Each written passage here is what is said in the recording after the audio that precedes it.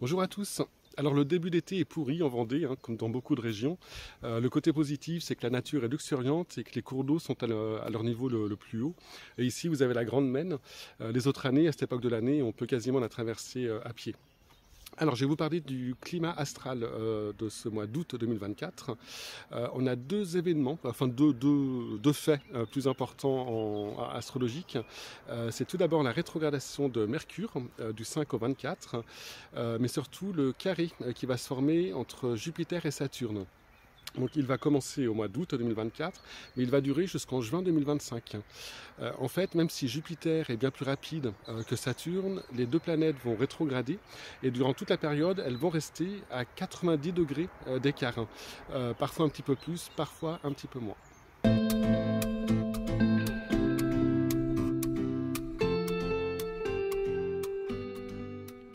Voici le ciel du 1er août 2024. Sur l'animation, on va voir les planètes avancer jusqu'au 31 août. En fait, certaines d'entre elles n'avancent pas mais reculent depuis quelques semaines. Ce sont Pluton, Neptune et Saturne. Alors comme l'ensemble des 5 planètes lentes, elles rétrogradent une grande partie de leur temps, ces 5 planètes qu'on va regarder en premier sont de loin les plus importantes dans la prévision astrologique.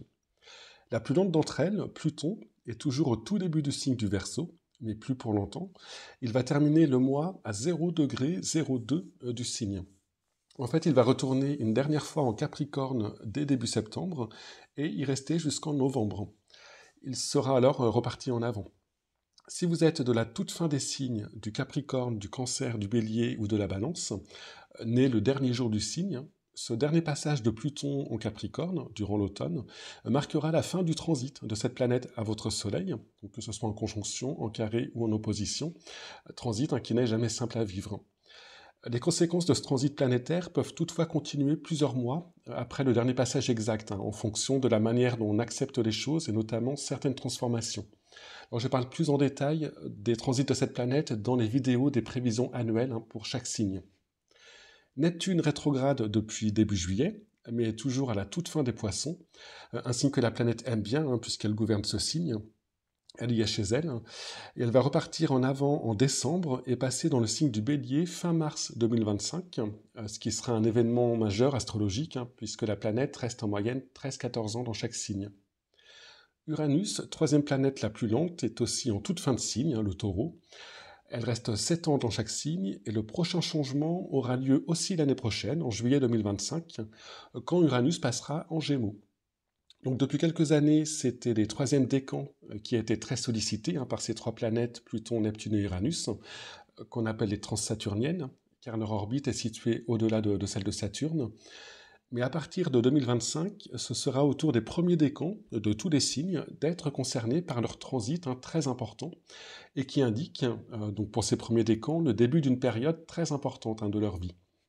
Ces changements de signe, donc ces passages dans les premiers décans, se fera de manière progressive, en plusieurs fois, comme l'entrée de Pluton dans le signe du Verseau, dont j'ai déjà beaucoup parlé. Saturne est la troisième planète lente qui rétrograde durant ce mois d'août. Elle va concerner dans les mois qui viennent une grande partie des deuxièmes décans de quasiment tous les signes. En fait, ça a commencé pour vous en mars 2024 et ça va continuer jusqu'en février 2025 quand Saturne arrivera à 20 degrés des Poissons et entrer ainsi dans le troisième décan. Donc pour l'heure, Saturne aura un rôle consolidant, fortifiant, entre autres propriétés, pour les cancers, les scorpions, les taureaux et les capricornes. Et il sera moins agréable à vivre pour les vierges, les gémeaux et les sagittaires, pour lesquels il installera parfois du doute ou de la frustration ou un sentiment de lourdeur, de lenteur selon les cas. Ce sera plus ambivalent pour les poissons. Là aussi, vous pouvez vous référer aux vidéos annuelles de votre signe pour connaître plus en détail l'influence de cette planète pour vous. Jupiter continue d'avancer dans le deuxième décan des Gémeaux, à un bon rythme, puisque la planète va avancer d'un peu plus de 4 degrés en août. Là aussi, les deuxièmes décans de presque tous les signes vont être sous les feux de Jupiter durant une bonne période, jusqu'en fin 2025, car Jupiter va rétrograder dans votre décan cet hiver. Alors, je vous mets en lien la vidéo de Jupiter en 2024 pour plus de détails. Et dans cette vidéo, je parle également de ce carré qui va se former avec Saturne. La première formation du carré exact aura lieu vers le 20 août, mais il pourra déjà être ressenti dès la fin juillet, où les deux planètes seront presque à 90 degrés d'écart. Et comme je le disais au départ, l'influence de ce carré va être longue, puisqu'il va se reformer une dernière fois à la mi-juin 2025. Il se sera également reformé entre-temps, fin décembre 2024. Donc août 2024, décembre 2024 et juin 2025 sont les mois de la formation exacte du carré entre ces deux planètes, mais c'est toute la période qui sera marquée par la tension de cet aspect planétaire. Alors Saturne et Jupiter, on les appelle planètes sociales car elles symbolisent la cohésion des peuples, les lois, les structures de la société, les valeurs partagées, la justice.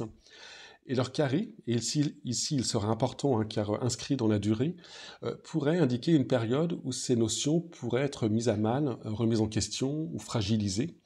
Il pourrait y avoir une certaine défiance contre ce qui permettait de structurer la société, ses lois, ses constitutions, ses institutions, mais aussi ses gouvernements. Ça risque d'être un peu chaud dans le contexte actuel, après les élections législatives en France et pendant l'élection présidentielle aux États-Unis. Donc j'aurai l'occasion d'y revenir. On va maintenant regarder les planètes rapides. Alors, leur impact est bien moindre en astrologie mondiale, sauf si elles viennent s'ajouter à un aspect entre des planètes lentes, par exemple, où elles peuvent alors jouer le rôle de déclencheur. Ces planètes, on s'en sert dans les horoscopes, mais ça reste extrêmement vague et très généralisé par rapport à une étude prévisionnelle basée sur un thème astral. Donc la première d'entre elles est Mars. Elle va traverser en août une bonne partie du signe des Gémeaux et dynamiser les natifs de ce signe, mais aussi les Verseaux, les Balances, les Lions et les Béliers. Le surcroît d'énergie apporté par cette planète sera sans doute plus difficile à canaliser pour les Sagittaires, les Poissons et les Vierges. Alors comme chaque année en août, le Soleil va parcourir les 2 derniers décans du Lion, puis le premier décan de la Vierge. Vénus, très rapide en ce moment, va commencer le mois dans le signe du Lion, puis traverser toute la Vierge pour finir en fin de mois dans le signe de la Balance. Signe où la planète se sent très bien, puisqu'elle gouverne ce signe, elle y est chez elle. La Lune fait son petit tour du zodiaque, comme tous les mois, et je vais m'arrêter sur Mercure, qui va rétrograder entre les 5 et 28 août. Alors cette planète rétrograde, donc recule sur 12-13 degrés pendant une vingtaine de jours, et ça lui arrive 3-4 fois par an. Ce sont des périodes où la communication, sous toutes ses formes, est plus difficile, où le temps est plus à l'intériorisation, l'introspection, l'intégration des 3 mois passés. Il y a une demande d'introversion, de retour en soi. Tout ce qui est lié aux interactions, au transport, aux véhicules de l'information peut donc rencontrer des loupés ou des retards. On peut aussi faire face à des incompréhensions, à une mauvaise perception de certains messages. Sur le plan individuel, tous les signes seront concernés de façon différente selon que vous êtes né en tout début de signe, les premiers jours du signe, ou si vous êtes du 3e décan. En fait, Mercure va rétrograder de 4 degrés de la Vierge jusqu'à 21 degrés du Lion. Alors pour savoir comment toutes ces planètes vont vous influencer, vous pouvez consulter le tableau de synthèse de votre décan. Donc il y a 3 tableaux par signe. Je vais les faire défiler en fin de vidéo, mais vous pourrez les retrouver par les liens dans la description. Et par ce lien, vous aurez également des interprétations pour chaque planète en fonction de la couleur dans votre tableau. Voici par exemple le 2e décan des Gémeaux. Donc les 5 premières lignes sont celles des planètes lentes et les 4 du dessous, celles des planètes rapides dont je viens de parler. Les jours du mois sont en haut et les R majuscules indiquent que la planète est rétrograde. Alors lorsque la ligne est en jaune, c'est une conjonction, ça veut dire que la planète est dans votre signe et dans votre décan. Donc c'est le cas ici pour Jupiter, qui va rester chez vous tout le mois d'août, et même après d'ailleurs, comme on l'a vu, mais aussi de Mars, qui sera dans votre décan du 4 au 19. Alors vous pourrez cliquer sur le nom de la planète sous le tableau et voir ce que ça signifie lorsque c'est en jaune. En rouge, c'est lorsque la planète forme un aspect tendu à votre Soleil, donc un carré ou une opposition. Donc c'est le cas de Saturne durant tout le mois, mais aussi de Vénus du 13 au 21. Et enfin, les périodes bleues indiquent des aspects harmoniques de la planète à votre Soleil, donc comme ici, avec le Soleil céleste qui formera un bon aspect à votre Soleil natal du 2 ou 12, en l'occurrence un sextile. Alors, je vous ai aussi mis la nouvelle lune et la pleine lune, ce sont les 2 petits cercles en noir et en jaune. Voilà, donc là on a vu l'influence que les planètes auront sur vous en fonction de leur position sur le zodiaque, et donc leur position par rapport à votre signe astrologique. Mais durant tout le mois, ces planètes vont interagir entre elles. Elles vont former des aspects planétaires, des aspects célestes. Donc pour chaque aspect, je vais tous les répertorier, pour chaque aspect on va voir ce qu'il signifie d'un point de vue global, hein, le climat que ça peut engendrer, et on verra également comment ça va vous influencer de façon plus individuelle, et qui sera influencé en fonction de votre date de naissance. Alors je précise que les dates de naissance indiquées peuvent varier d'1 ou 2 jours selon les années de naissance. À chaque fois, je donne le jour de la formation de l'aspect exact, mais certains le ressentiront dès la veille et d'autres jusqu'au lendemain. On commence le 2 août avec un carré se formant entre Vénus et Uranus. On a là une Vénus en Lion, qui voit les choses en grand, qui a besoin d'exprimer ses envies, ses désirs. Mais avec le carré d'Uranus, on n'est pas dans la compromission. Il y a une volonté de vivre sa vie, de se faire plaisir, même si cela ne plaît pas à tout le monde. On sort volontiers des codes du politiquement correct, quitte à créer un climat électrique au sein du couple, par exemple.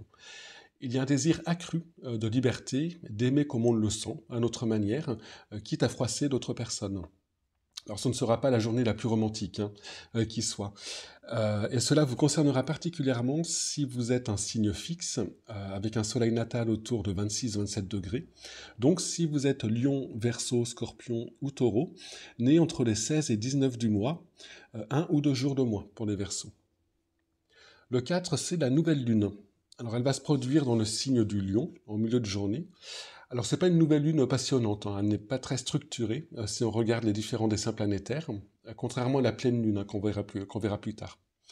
On peut quand même signaler qu'elle est bien reliée à la conjonction Jupiter-Mars par des sextiles, ce qui l'énergise pas mal. Le Lion est le signe de l'expression de soi, de sa personnalité, et ces deux planètes inciteront chacun à exprimer qui il est au fond de lui. Mais ici, on n'est pas dans la revendication. Ces bons aspects donneront envie de vivre à fond, de profiter et de s'exprimer dans les loisirs, par exemple. Il sera plus facile de donner libre cours à ses envies, on aura l'énergie et la volonté d'accéder à ses propres désirs, tout en gardant un sens social, en partageant tout ça avec les autres. On peut aussi noter ce iode, figure planétaire également appelée doigt de Dieu, formé par Vénus en quinconce à Pluton et à Neptune, ces deux dernières étant reliées entre elles par un sextile. Alors Pluton est en tout début de signe, Neptune en toute fin de signe, et Vénus sur le point de changer de signe. Alors c'est un dessin planétaire d'ajustement et de réorientation. Ici, la planète pointée du doigt est Vénus, planète liée aux valeurs, à ce qui fait plaisir ou non, à ce qui semble important ou non. Il y a peut-être là, avec cette Vénus passant du Lion à la Vierge, un signe astral indiquant que c'est le moment de réviser certaines valeurs, de passer de la visibilité, de la grandeur et parfois de la grandiloquence du Lion à quelque chose de plus discret, de moins égotique, de privilégier l'aide, le service, la modestie et d'être dans une démarche de perfectionnement personnel propre à la Vierge. On voit que Jupiter sera presque au carré de Saturne, on sera à 3 degrés d'écart, donc cette lunaison peut aussi être celle où les tensions sociales dont je parlais plus tôt pourraient commencer à se faire ressentir avec une pression mise sur tout ce qui maintient la cohésion des sociétés. Alors le 7 se formera un beau sextile entre le Soleil et Jupiter. Alors c'est pas un aspect rare, hein. Un bon aspect entre ces deux planètes, que ce soit la conjonction, le sextile ou le trigone, se forme 5 fois par an. Le Soleil sera ici en Lion, donc dans son signe, où il aura tout loisir de briller, aidé en ça par Jupiter, qui développera son rayonnement et ses capacités d'expression, son aura en quelque sorte. Donc journée où on devrait se sentir plus optimiste, on devrait sentir beaucoup de positivité dans l'air, d'ouverture, d'enthousiasme, et plus encore, hein, si vous êtes au Lion ou Gémeaux, né entre les 5 et 7 du mois.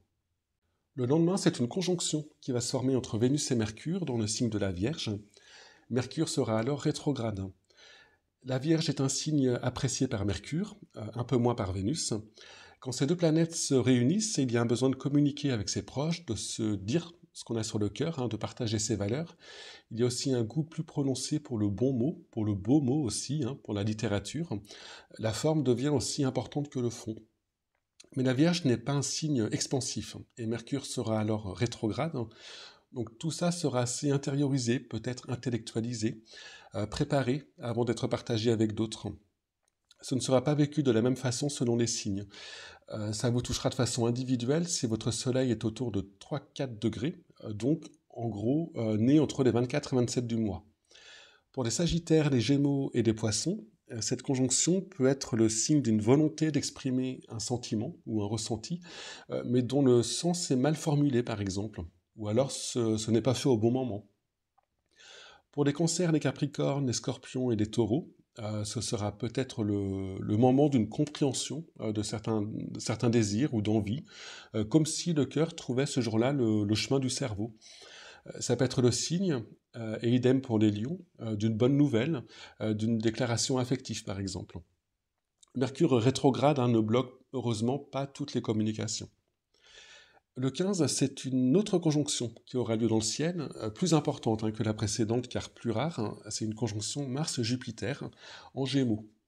Alors si vous êtes du deuxième décan et que vous êtes concerné à ce moment-là par un transit de Jupiter, Mars peut indiquer le jour, à 1 ou 2 jours près, du déclenchement d'un événement lié à ce transit de Jupiter.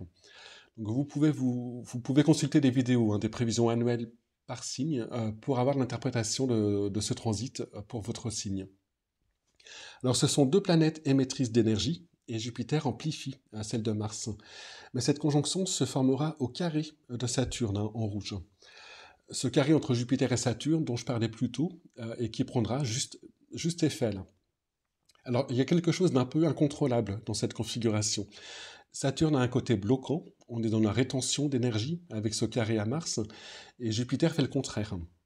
Il y a donc un risque d'explosivité, comme si on tendait un élastique au maximum et qu'on l'achète d'un seul coup, sans maîtriser, sans canaliser.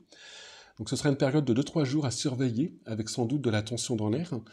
On est en Gémeaux, donc peut-être un manque de contrôle dans la communication, une agressivité verbale, dans les médias notamment. Si vous êtes Gémeaux, Sagittaire, Vierge ou Poisson, avec un soleil entre 16 et 17 degrés, donc né entre les 6 et 10 du mois à peu près, faites attention aux explosions de colère, aux mots qui dépassent vos pensées, mais aussi lors de vos déplacements. Mercure sera rétrograde et on est en Gémeaux, un signe de mobilité, donc attention aux accidents liés à la précipitation ou à l'impulsivité. Le 18, encore une configuration qui regroupe 3 planètes, une conjonction Soleil-Mercure, comme il en arrive plusieurs fois par an, mais cette fois-ci, elle sera au carré d'Uranus. Donc là aussi, un climat assez électrique, une communication parfois agressive, en tout cas revendicatrice et individualiste. On peut éventuellement y voir l'émergence d'idées nouvelles qui heurtent certains ou qui sont mal perçues, mais aussi une volonté de se différencier du courant commun et d'imposer sa façon de penser, mais de manière trop abrupte. Seront particulièrement concernés par cette nervosité ambiante et tout ce que je viens de décrire, les signes fixes, donc les lions, les verseaux, les scorpions et les taureaux, nés entre les 16 et 19 du mois, un jour de moins pour les verseaux. Le 19, ce sera la pleine lune. Elle va se former au double carré d'Uranus. On retrouve donc la configuration de la veille, à laquelle vient s'ajouter la lune, et former ainsi ce triangle rouge qu'on appelle un carré hanté, configuration particulièrement dynamique. Donc toujours cette nervosité dans l'air, cette difficulté à échanger, à communiquer de manière apaisée. Il y a quelque chose d'assez rigide, voire même parfois une volonté de choquer ou de provoquer. À côté de ça, un autre carré hanté est présent lors de cette pleine lune, formé par Saturne, Vénus et la conjonction Jupiter-Mars. Alors, à noter que dans ces deux dessins planétaires, les orbes sont très faibles. On est très proche des aspects exacts. Donc là aussi, beaucoup de tension, un côté passionné aussi avec ce carré Mars-Vénus. On sent une certaine exacerbation, un manque d'objectivité, une grande défiance. Saturne et Jupiter formeront à ce moment-là leur carré exact. En fait, les 3 seules planètes qui seront plus cool, entre guillemets, seront les 3 plus lentes, les 3 transsaturniennes, bien reliées entre elles par trigoné sextile, et formant donc ce triangle bleu. Mais cette figure planétaire bleue est là depuis très longtemps, ces planètes étant très lentes. Et pour info, le sextile entre Pluton et Neptune existe depuis les années 40. Ça fait presque un siècle. Et il prendra fin à la fin des années 2030. Donc vous voyez une pleine lune très tendue qui augure d'un climat potentiellement délétère en cette fin août. Le 21 août, le carré entre Vénus et Mars qu'on voyait lors de la pleine lune sera exact. Alors ce sont deux planètes libidinales au sens freudien, hein, dans deux signes cérébraux.